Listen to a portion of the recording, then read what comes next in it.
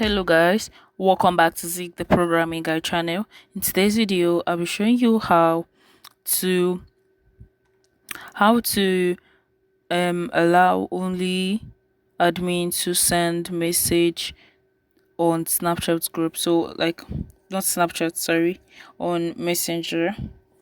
So if you have a Messenger group and you want only you to be able to send messages on Snapchat, this video is for you. So first thing how to do is open up your Messenger app and click open on the group you created, and you're going to click on this right here, this eye kind of icon, and you're going to scroll down to where you see message permissions, and you can see allow message sharing. So if you click on no, everybody is not going to actually share messages and sets from you that created the group. So that's literally how to do it. So you can just say hi, hello, and you are good to go.